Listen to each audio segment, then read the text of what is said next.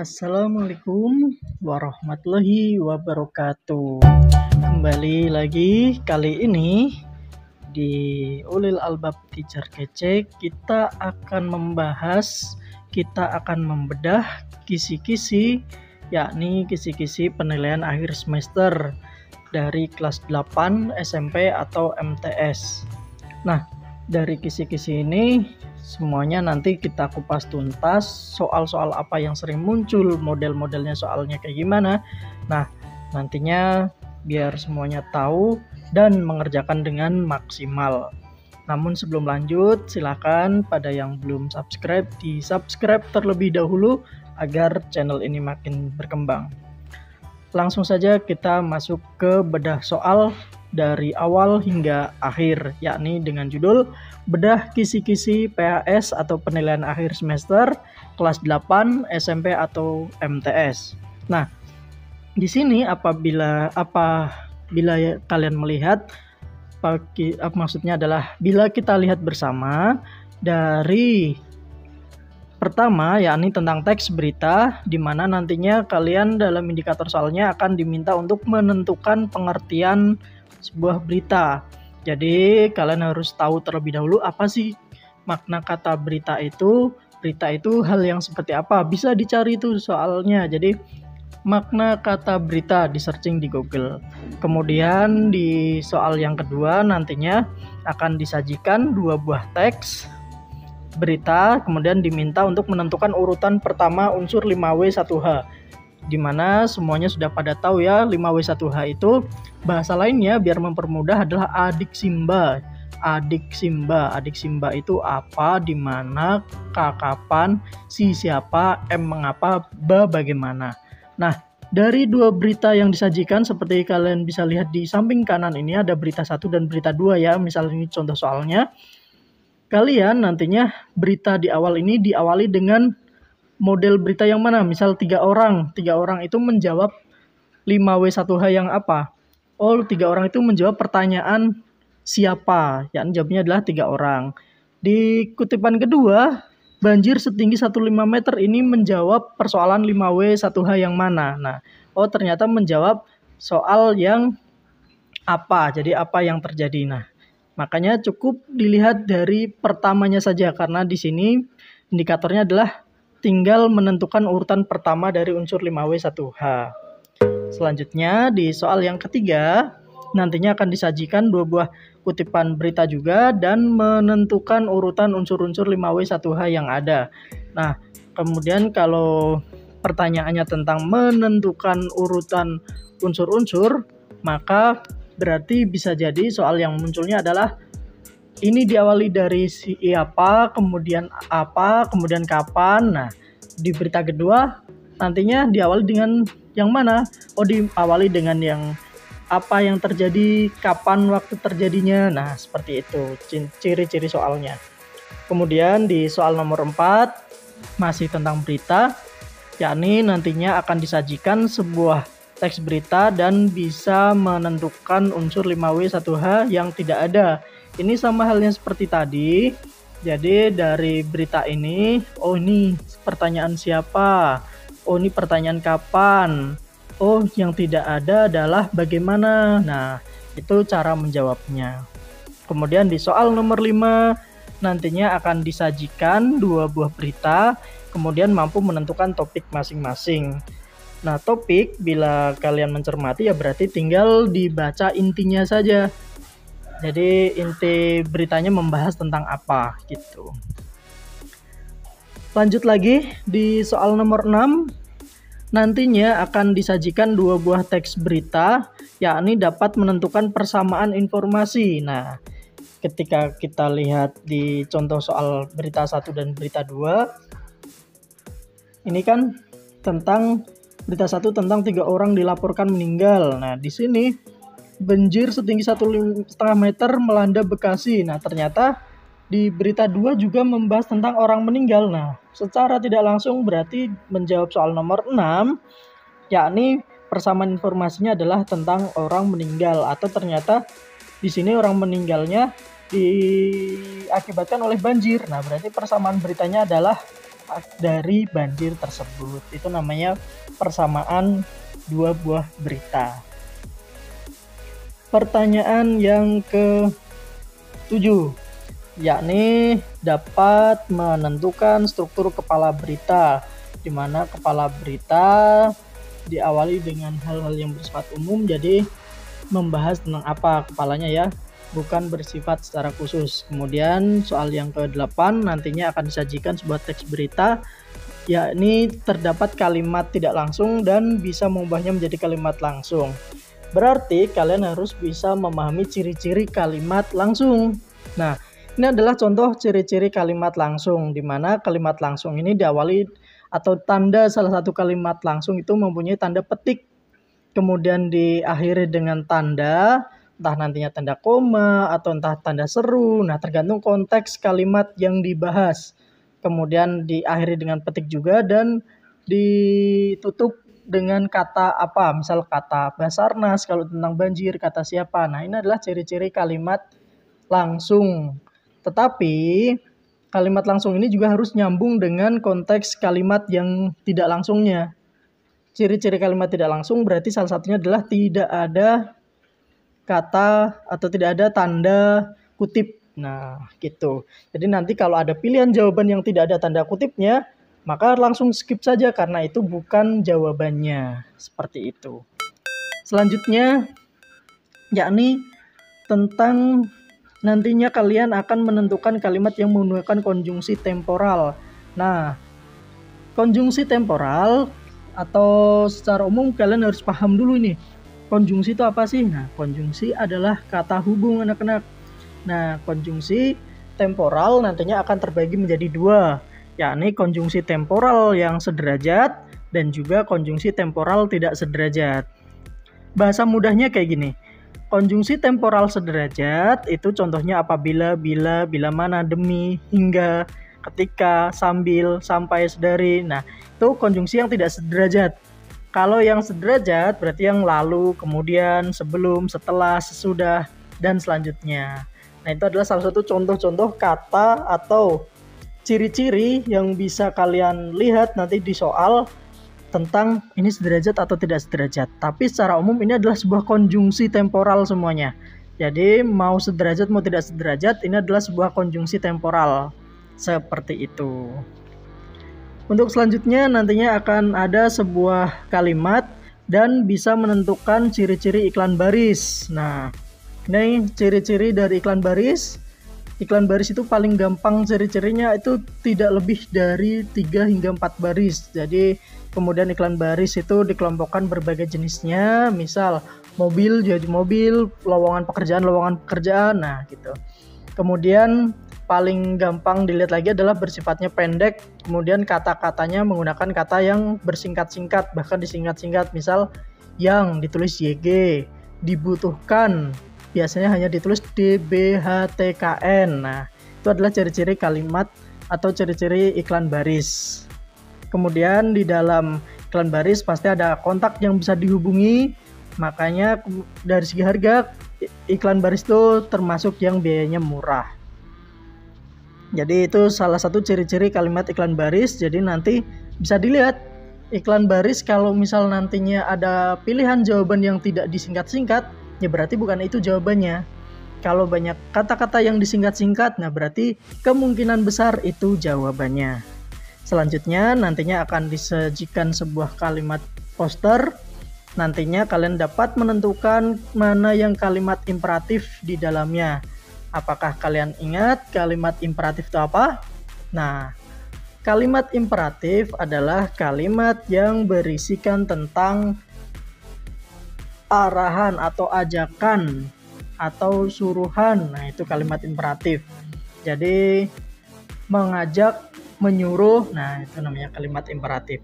Kemudian nantinya yang soal selanjutnya akan disajikan sebuah teks iklan baris dan kalian mampu menyebutkan teks tersebut dengan bahasa yang lengkap. Nah, ini kebalikan dari soal yang pertama tadi, yang sebelumnya. Kalau tadi kalian harus menemukan mana iklan baris yang benar dengan tulisan yang singkat-singkat. Nah, ini ada mungkin gambar atau cuplikan dari koran yang berisikan iklan baris. Kemudian penulisan yang benarnya gimana? Misal DBTHKN. Kemudian ditulis dibutuhkan. Nah, itu benar atau salah? Nah, kalau nanti di pilihan jawaban masih ada yang singkat-singkat, berarti itu kemungkinan salah. Seperti itu. Selanjutnya, ini dapat menentukan lagi ciri-ciri iklan baris. Kemudian mampu menentukan kalimat imperatif. Kemudian mampu menjelaskan iklan baris dengan bahasa lengkap. Ini masih sama dengan yang di atas tadi. Yang selanjutnya mampu menyimpulkan isi teks iklan, di mana nantinya akan ada sebuah teks iklan dan kalian mampu menyimpulkan berdasarkan jenis dan pola penyajiannya. Nah, ini adalah salah satu contoh dari pola penyajian iklan, yakni tentang isi apa. Jadi jenis-jenis iklan tuh bisa dilihat dari isinya. Jadi apakah iklannya berisikan tentang pengetahuan, apakah isinya tentang penawaran, atau isinya tentang permintaan. Nah, ini namanya tentang jenis-jenis iklan baris. Kemudian tentang pola penyajian, dan selanjutnya akan disajikan sebuah slogan. Nah, ini udah masuk ke slogan ya, anak-anak. Di mana di dalam slogan tersebut mampu menentukan isi slogan dengan tepat. Jadi isi slogan itu misal contohnya, ini contoh soal ya. Mulutmu harimaumu. Nah, makna slogan tersebut adalah, ini kan berarti tentang isi kalimat mulut harimau itu jawabannya apa? Nah, gitu. Apakah kita harus menjaga ucapan, kita harus disiplin, kita harus menghormati orang lain, atau kita harus bersikap toleran? Nah, itu kurang lebih soal yang akan muncul dari kata mulutmu harimaumu. Kemudian nantinya akan disajikan langkah-langkah menulis iklan secara acak, dan kalian mampu menentukan urutan yang tepat langkah yang disajikan. Ini soal yang sangat umum, dari kalian SD juga sudah pasti menemukan soal ini. Nantinya langkah pertama apa, langkah kedua apa, langkah ketiga apa, kalian diminta untuk mengurutkan secara nomor.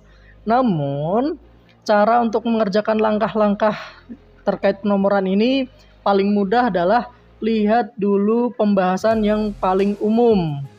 Nah, lihat dulu pembahasan yang paling umum, dan terakhir biasanya hal-hal yang di akhir di dalam sebuah iklan itu isinya tentang kontak nomornya. Jadi bisa menghubungi kemana, atau di akhirnya biasanya dihubungi bukan dihubungi. Maksudnya di akhir itu tentang kelebihan. Jadi kelebihan dari iklan tersebut. Misal, kalau pakai barang ini maka rumah akan bersih. Nah, itu biasanya berada di akhir, tidak mungkin berada di awal. Seperti itu. Selanjutnya, nantinya akan disajikan, ini sudah masuk ke teks eksposisi, yakni dapat menentukan gagasan utama dalam teks eksposisi. Gitu ya. Nah, sebagaimana kita tahu, eksposisi adalah sebuah paparan yang bertujuan menjelaskan, jadi mempunyai maksud dan tujuan tertentu. Jadi dalam teks eksposisi kalian diminta untuk bisa menemukan gagasannya.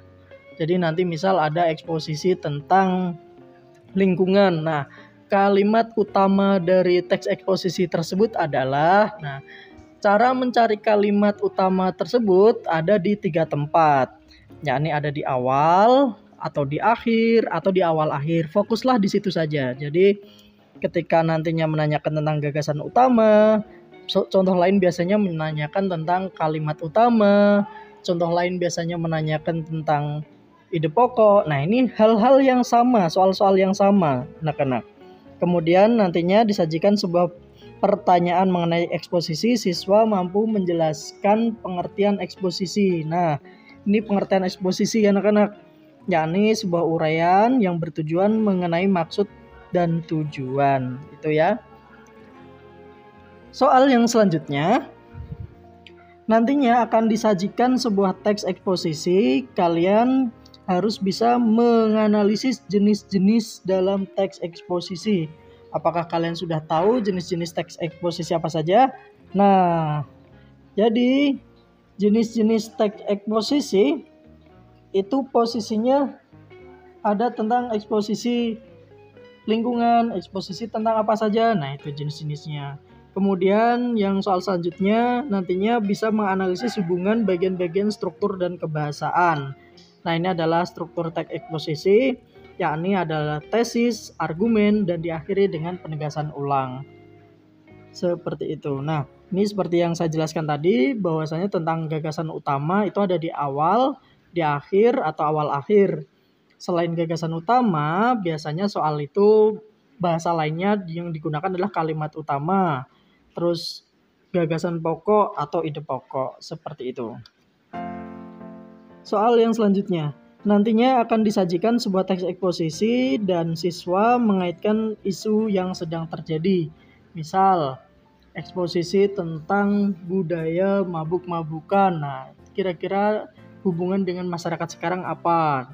Atau eksposisi tentang bencana alam. Nah, gitu. Yang selanjutnya, nantinya akan disajikan sebuah teks eksposisi dan mampu menelaah struktur eksposisi yang diberikan. Nah, ini strukturnya seperti yang sudah disampaikan tadi, yakni ada tesis, argumen, dan penegasan ulang. Yang soal berikutnya, akan ada sebuah teks eksposisi dan mampu menganalisis isi teks eksposisi tersebut. Ini berkaitan dengan tema, berkaitan dengan isi teks tersebut. Kalian harus bisa memecahkan apa yang dibahas di dalam soal tersebut. Soal yang selanjutnya, nantinya akan ada teks eksposisi dan mampu menyusun kerangka teks eksposisi tersebut. Jadi kerangka teks eksposisi kan ada 3, tesis, argumen, dan penegasan ulang. Jadi nantinya harus bisa menyusun dari kebalikan-kebalikan ini. Ternyata nanti yang di kata-kata pertama adalah argumen. Argumen 1, argumen 2, baru muncul tesis. Nah, kalian harus bisa mengotak-atik mana yang tesis. Secara umum cara menjawabnya pasti adalah tesis, hal yang umum dibahas. Makanya hal yang umum dibahas nantinya ditaruh di bagian depan. Selanjutnya, mana tadi?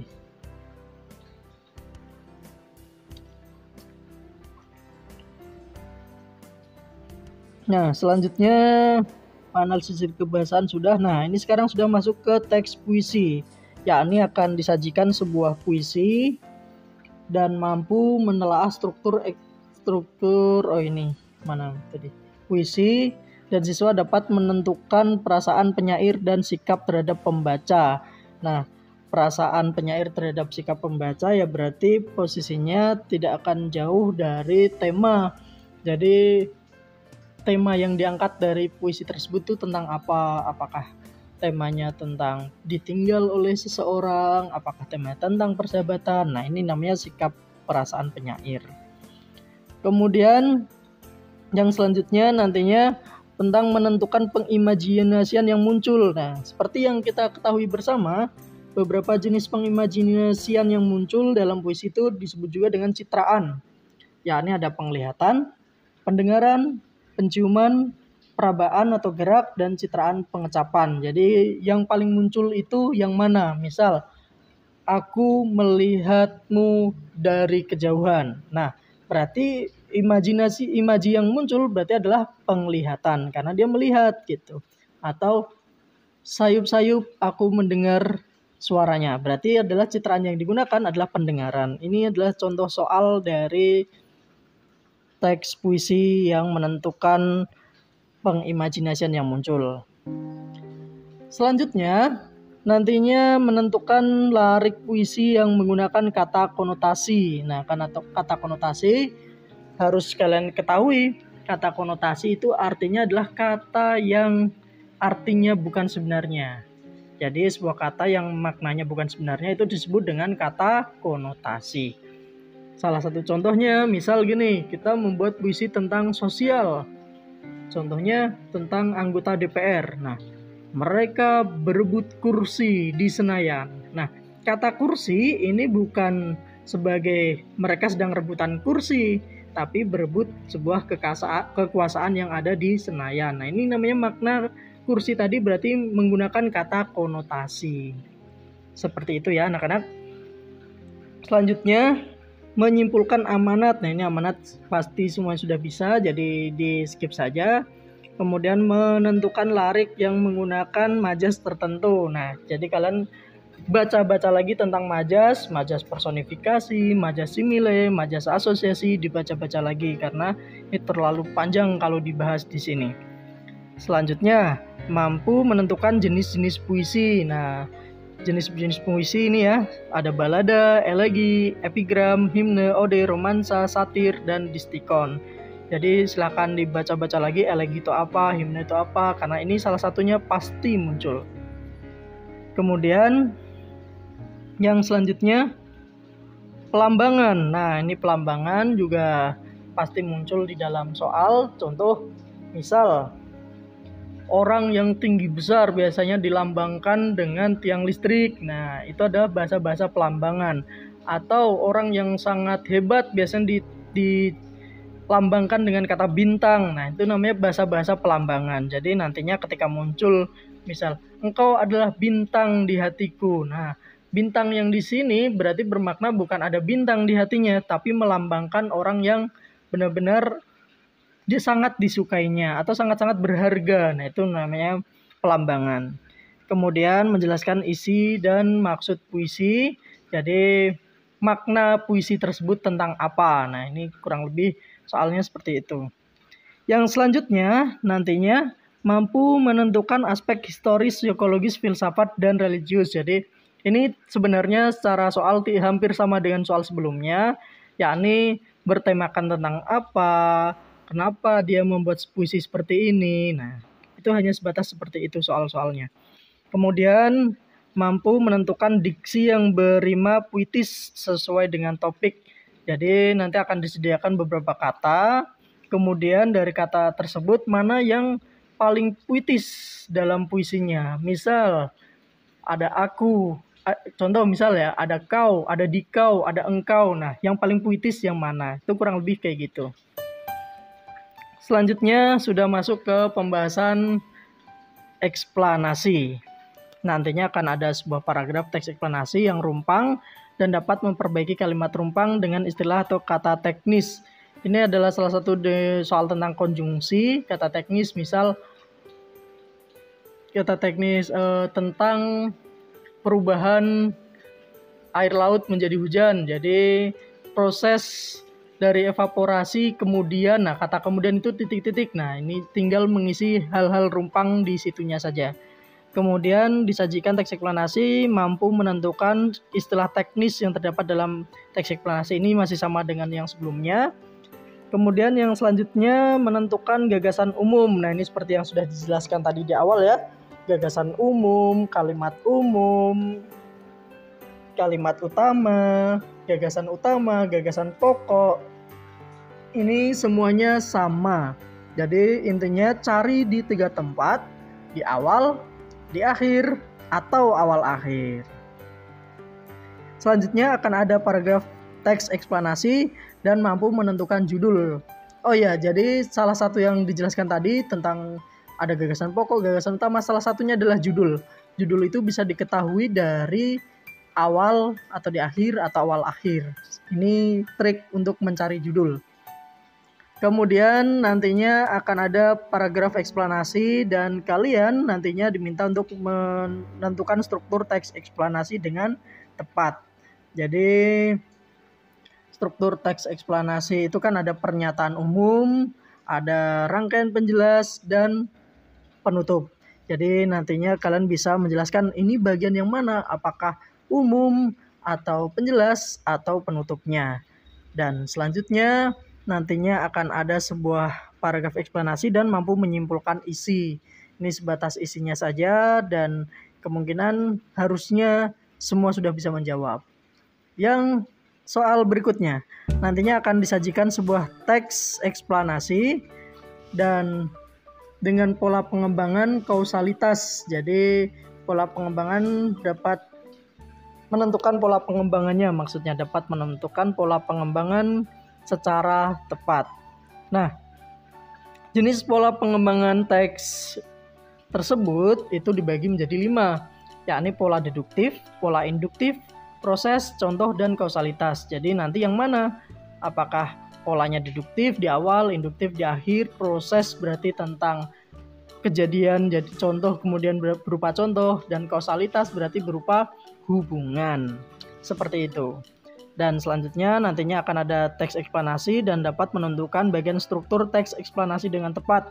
Nah, ini seperti yang dijelaskan tadi di awal bahwasanya pernyataan umum, rangkaian penjelas, bagian isi ini adalah struktur teks eksplanasi.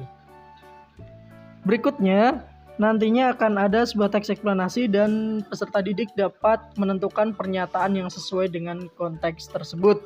Jadi nanti hal yang sesuai dengan pernyataan di atas adalah, nah ini adalah salah satu contoh kata-kata, ciri-ciri kata dari soal tentang informasi teks eksplanasi.